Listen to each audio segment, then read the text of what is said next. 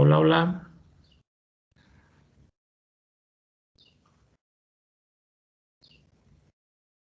Yo, Doc, básicamente seguimos viendo la escala de coma, Glasgow, Ujú, y mencionamos que no es tanto, bueno, va a detectar el estado de conciencia neurológico del paciente, y básicamente se relaciona mucho con el estado de salud.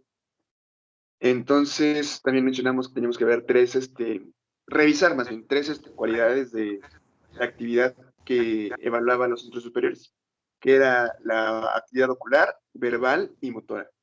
ujú, Igual seguimos mencionando sobre el sistema activador reticular ascendente. ujú, Mencionamos que pues, se encontraba en el tallo y que pertenece al sistema nervioso arcaico y por ujú. ende tiene funciones primitivas. Y básicamente es como un filtro que de toda la vía aferente y va a recibir la información sensorial a través de la cual pues va a pasar o la va a permitir avanzar hacia el tálamo para llevarlo a los centros superiores y que produzca alguna reacción pues que tenga relación. De respuesta inhibitoria o excitatoria, dependiendo el gusto de cada persona, ¿no? Ah, después seguimos con digamos, cada cualidad que tenemos que revisar. Bueno, la actividad que tenemos que revisar en cada aspecto. Que en la respuesta verbal había una calificación del 1 al 5, en la respuesta motora del 1 al 6, y pues ya mencionábamos cada aspecto que ocurría en la verbal, en cada respuesta. ¿Sí? ¿Alguien quiere comentar más?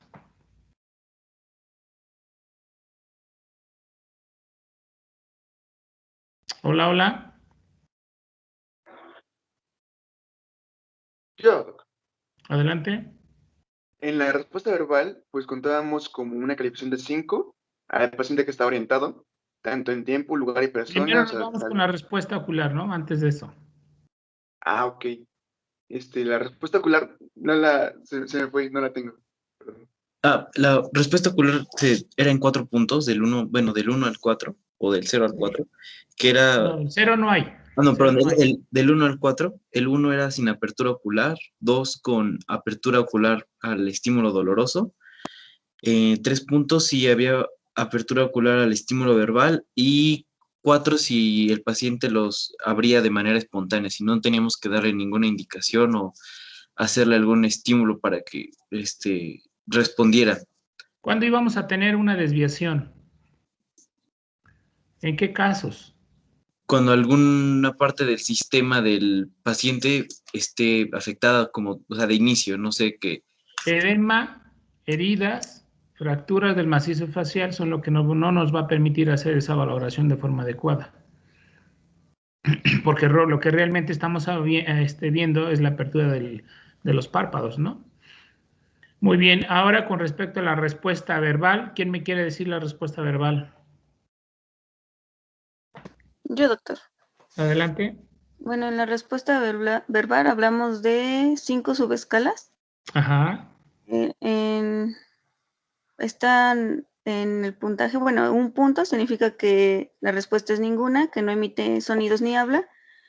Cuando son 2 puntos, son sonidos incomprensibles o ininteligibles. Ajá. Son 3, hablamos de palabras inapropiadas, es decir, que el paciente se refiere con poco sentido o ningún sentido. A veces gritan esporádicamente o en ocasiones murmuran. Ajá. Son 4 puntos, la respuesta verbal es confusa. El paciente está desorientado en tiempo, en lugar o en persona, o puede estar desorientado en todos y es capaz de mantener una conversación, pero no será adecuada. Y en la última subescala, que son 5 puntos, la respuesta verbal es orientada en tiempo, lugar y persona. Ok. Y bueno, ¿y cuándo vamos a encontrar las desviaciones en qué tipo de pacientes? Cuando el paciente está intubado, en traqueotomía, en difasia, afasia o en algún tipo de dialecto o lengua extranjera. Fracturas mandibulares, fracturas maxilares. Ok. Bueno, ¿alguien me quiere decir acerca de la respuesta motora?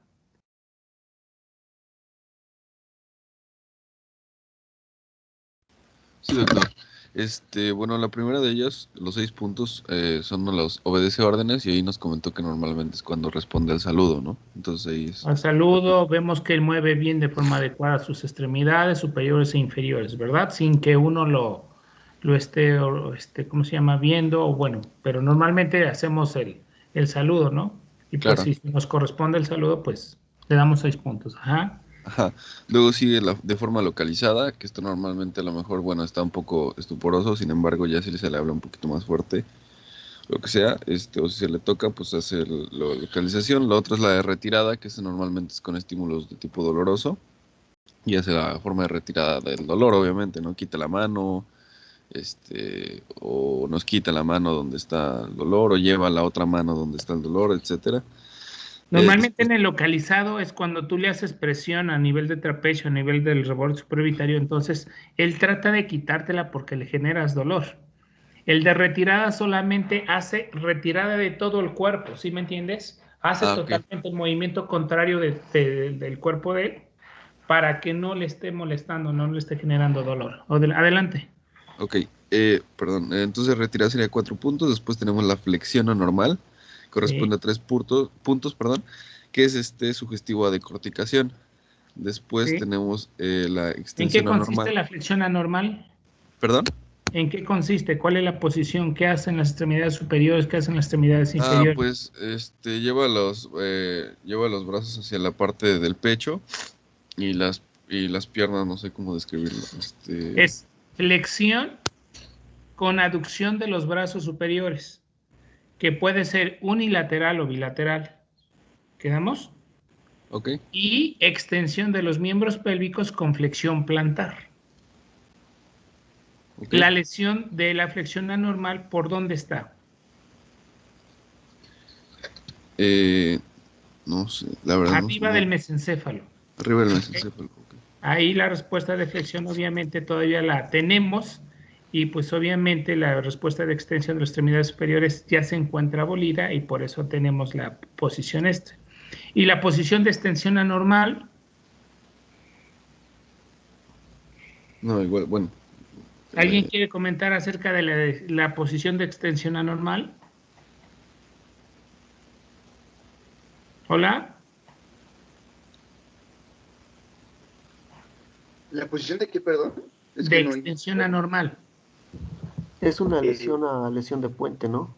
Una lesión por abajo del mesencéfalo, obviamente estamos a nivel de puente y de ahí hacia abajo. ¿Y cuál es esa posición?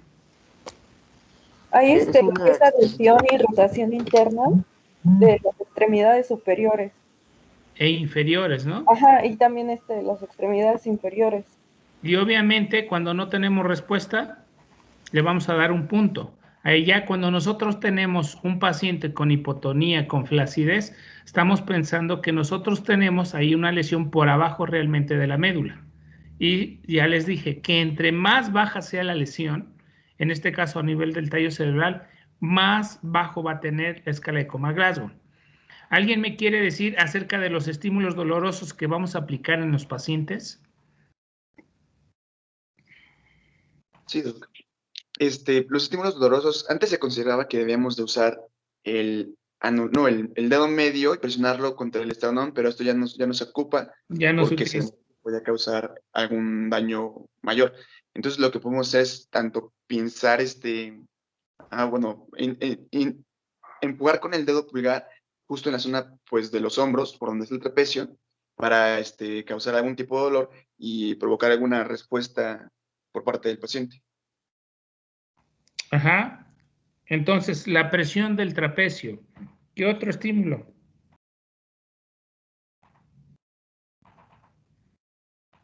¿Qué otro estímulo doloroso aplicamos? Presión en la región supraciliar. Supraciliar. ¿Y qué estamos estimulando ahí? El nervio supraciliar. Supraorbitario, ¿verdad? Perdón. Entonces, ok. ¿Qué otro estímulo? Bueno, no me meto yo mucho en neurología, pero acuérdense que tenemos nosotros estímulos periféricos y centrales. En este caso, pues podemos utilizar los periféricos o podemos utilizar los centrales dependiendo del que ustedes quieran.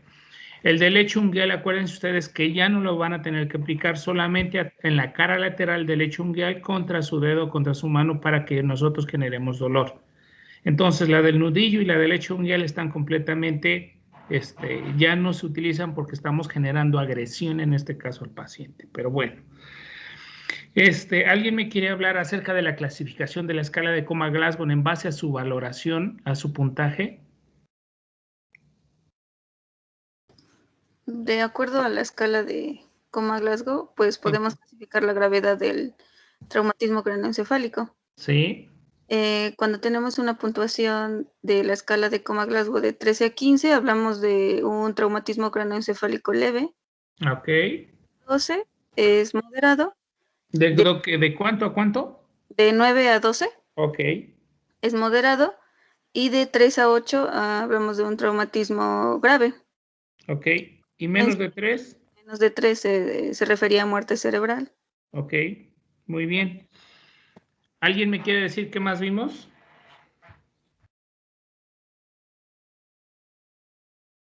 Hasta ahí nos quedamos, Doc. Bueno, hasta ahí nos quedamos. Muy bien. Y pues bueno, ya se dieron cuenta realmente que los centros hospitalarios de traumatismo craneoencefálico pues realmente utilizan mucho la escala de Coma-Glasgow y también lo que es la comparan con lo que es el tono muscular. Otros utilizan lo que es la medición de lo que es el tamaño de la pupila, pero ha tenido un poquito de menos sensibilidad que el resto de que en este caso la escala de Coma-Glasgow. Entonces, ¿se ve mi presentación? Sí, Doc.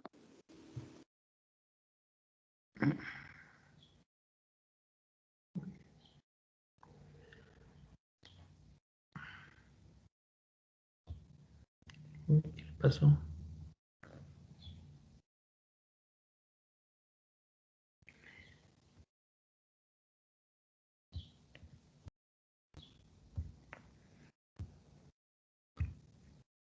Y pues bueno, la clasificación realmente está en forma general, ya las van a saber. Y cada centro hospitalario pues obviamente va a necesitar, va a hacer sus clasificaciones, va a hacer sus puntajes y cada uno pues realmente es para la forma de trabajar de ellos o para los diferentes tipos de estudios que vayan a hacer.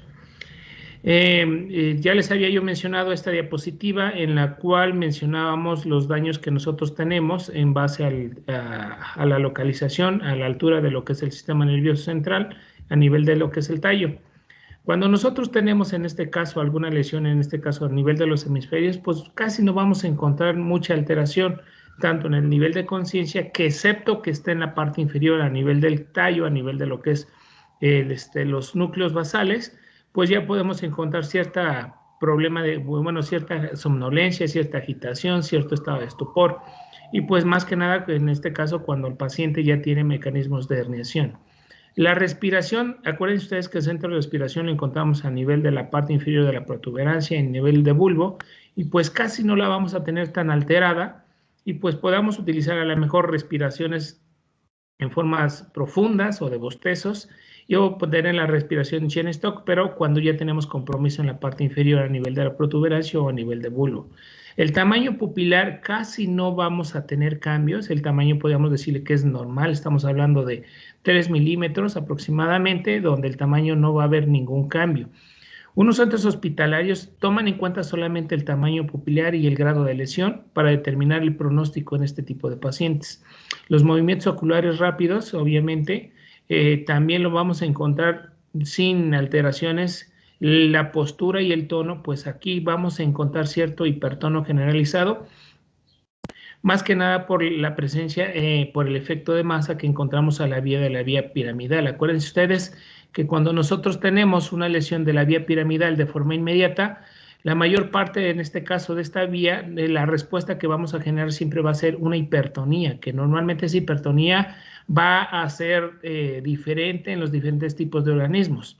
En los humanos podemos tener esta hipertonía aproximadamente en cuestiones de 2 semanas en algunas ocasiones. Cuando nosotros tenemos una lesión por abajo de la médula, pues realmente vamos a tener realmente el estado de flacidez y por abajo del mesencéfalo, bueno, por arriba del mesencéfalo la posición de corticación y por abajo de lo que es el puente la posición de descerebración. Entonces, la mayor parte de los centros hospitalarios que manejan trauma ven el tamaño de la pupila y la posición o el aspecto del tono muscular. No toman en cuenta en este caso la apertura ocular, no toman en cuenta en este caso la respuesta verbal. Ya saben ustedes, bueno, que la escala de Coma-Glasgow ve la integridad, ve la función de todos los núcleos en la cual procesan la información, llega a la parte del sistema límbico, llega a la parte de la zona frontal, y pues cuando nosotros estamos entablando una conversación, ustedes están empleando diferentes áreas e integrando esa información y procesándola. Y cuando yo les pregunto, pues obviamente están integrando más información para que puedan responder. Entonces, lo que no toman en cuenta en este caso solamente ven las vías por arriba del mesencéfalo a nivel del tamaño de la pupila, y el tono de la postura, pues obviamente se refiere a la lesión de la vía córtico-espinal. Pero bueno, entonces cuando nosotros integramos cierta información o le estamos haciendo alguna pregunta al paciente, pues obviamente él está generando está procesando esa información para que tenga una respuesta. He ahí la diferencia de algunos centros hospitalarios con otros. Pero bueno, ahí los únicos sesgos que de repente van a encontrar, porque yo lo viví cuando los centros hospitalarios, por ejemplo, en el servicio de urgencias, ¿no? Te mandan a pedirle o te mandan a valorar la escala de Coma-Glasgow, ¿no? Pues ya checas tú, agarras tu tablita, si no te acuerdas en el momento, porque cuando llegamos en la internada, pues como que andamos nerviosos y llegamos a un servicio y bueno, ya hacemos la escala de Coma-Glasgow, le decimos, tiene 12, y ya te dice, no, la mayoría de los pacientes que van a llegar van a ser pacientes con intoxicación alcohólica, pacientes con intoxicación por drogas o por un traumatismo serio. Entonces, realmente, cuando llegan los pacientes con intoxicación, no cambia. Ahí tenemos nosotros un sesgo, no es valorable. Ahí yo escuché algunas veces de ciertos urgenciólogos que dicen, no, tienes que quitarle 2 puntos. Realmente la escala de Coma-Glasgow ha tenido cambios conforme van pasando los años. Y realmente los únicos cambios que cambiaron fue la aplicación de los estímulos dolorosos, y la otra es colocar el puntaje total de la escala de Coma-Glasgow y colocar cada una de las subescalas, ocular, verbal y motora. Pero de ahí en fuera, eso de los de bajarle 2 puntos en pacientes con intoxicación alcohólica o pacientes drogados, la verdad no existe, yo nunca la he visto. Entonces, al menos que se los diga lo que es el médico de urgencias, y pues adelante, pero yo nunca le he encontrado esa referencia que refieren ellos, pero pues bueno, nunca le vas a ganar a un adscrito en el servicio. Entonces, pero también se vale que también sepan el motivo, el por qué o en dónde, en qué centro hospitalario. Si eso ya hubiera aparecido, lo encontraríamos nosotros. Entonces, va a haber ahí un poquito de diferencias. Ustedes apliquen la escala de Coma-Glasgow como se las comenté, y aplíquenla solamente que les digan, no, pues no estás mal porque en tal artículo, bueno, que se los muestre el artículo. Pero de ahí en fuera yo no lo he encontrado. Otros centros hospitalarios, les decía yo, tienen sus diferentes tipos de clasificación en base a lo que es el puntaje de la escala de Coma-Glasgow, y obviamente me van a clasificar según su forma de ver el paciente, en leve, moderado, grave, crítico y en estado de coma. Y pues bueno, depende del puntaje, también se encuentra el tipo de lesión que vamos a encontrar. Por ejemplo, de 13 a 15 vamos a encontrar todavía una función cortical subóptima, ¿sí? Podríamos decir que casi el paciente está íntegro, pero pues bueno, llegó por una contusión, una concusión que no la valoramos o no la determinamos por estudios de imagen, pues nos quedamos con esa, que realmente podríamos decir que el paciente se encuentra normal. Cuando encontramos un TC de 9 a 12, pues obviamente casi se parece a la clasificación anterior, que es un TC moderado, en la cual nosotros vamos a encontrar ya cierto grado de afección por arriba del mesencéfalo. Podemos encontrar una contusión, una hemorragia, petequias, presencia de edema, presencia de lo que es desviación de la línea media, compresión del sistema ventricular, y ya podemos encontrar cierto grado de afección del tejido nervioso. Cuando tenemos bueno, a partir de aquí es donde cambian esa clasificación en esos centros hospitalarios. Por ejemplo, en el TC grave para este tipo de institución fue de 5 a 8, y obviamente ya encontramos el paciente con una lesión por abajo de lo que es la protuberancia. Ya saben ustedes que la posición en este tipo de pacientes lo vamos a encontrar con una extensión realmente anormal, muy seguramente con alteración del estado del verbal. Obviamente a lo mejor solamente va a haber quejidos o gemidos, y obviamente la respuesta ocular la vamos a encontrar muy deficiente. A partir de lo que es el paciente, a partir de 8 hacia abajo, normalmente empezamos con un manejo un poquito más agresivo, intubamos al paciente, tomamos tomografía, valoramos el grado de presión intracerebral y iniciamos el tratamiento de manera rápida.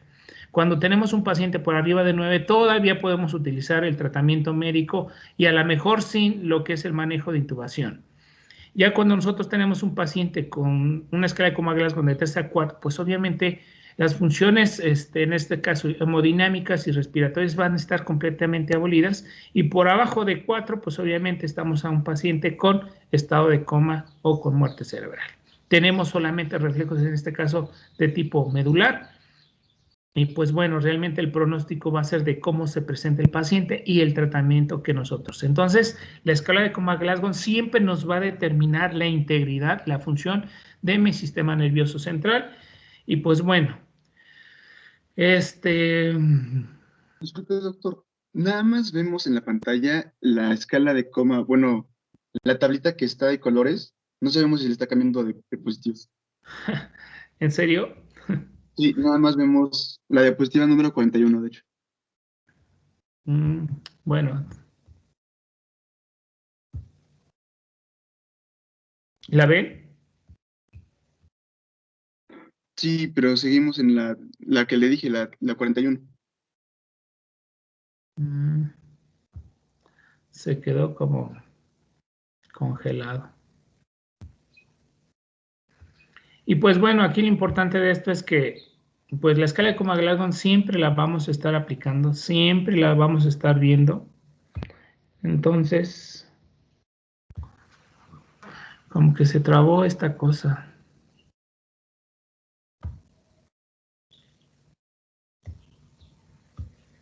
Y pues bueno, no sé si tengan alguna pregunta. Ya nada más ahorita les voy a pasar las diapositivas. Pero esta cosa no las quiere subir. Yo tenía una duda, doctor. Dime. Bueno, usted nos decía